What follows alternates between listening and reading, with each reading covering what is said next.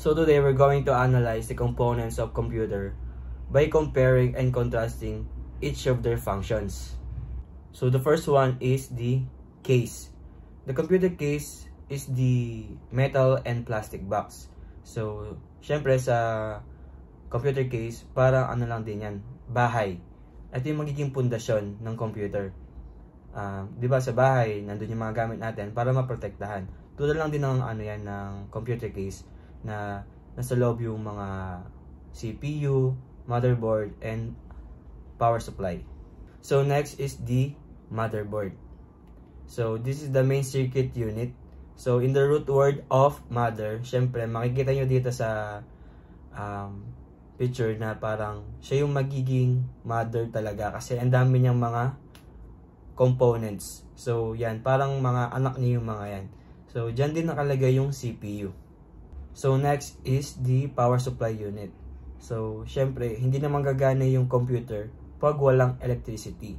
Ito yung nagiging way para magkaroon ng energy yung computer. Tulad sa isang tao, hindi naman gagana yung isang tao at mawawalan siya ng energy kung hindi siya kakain. Parang gano'n lang din yan.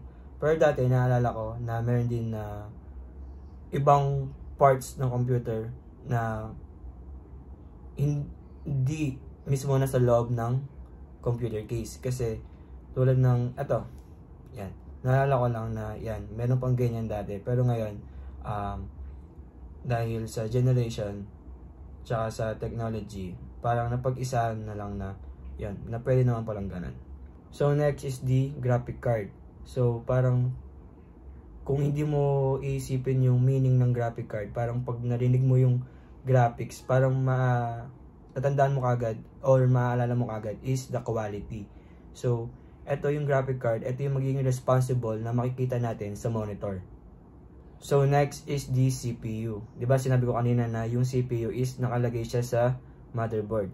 So yung CPU is or the central processing unit, ito yung brain ng computer. Kasi tulad sa isang tao, hindi naman aandar kahit naman na may electricity or may energy tayo, hindi naman gagana kung wala tayong utak. So parang sa computer lang din na kahit may electricity, hindi gagana pag walang CPU. So yung CPU is nakakatulong to para sa computer. So next is the RAM or the random access memory. Sometimes it's called PC memory or just a memory. Pero yung RAM, nung una kasi, hindi ko alam yung ibig sabihin talaga ng RAM. Tulad sa mga, yun nga, sa phone, ganun. Pero, just to be clear na ngayon, nalinawan na ako, yung RAM pala is, ito yung, yung ginagawa nito, na parang, ito yung short memory ng device. For example, nanonood ka ng video sa Facebook, tapos lumipat ka sa Instagram. So, pero nagsawa ka na sa Instagram ulit. Bumalik ka sa Facebook. Kumbaga, pagbalik sa Facebook, nandun pa rin yung video na yon. So, parang ganun yung ginagawa ng RAM na nakakatulong. Pero, short-term memory lang ito kasi once na-killer mo yung mga to, mawawala din. So next is the hard drive. So this is the physical computer components that stores data, including pictures, documents, at ito din yung storage ng data or storage ng computer.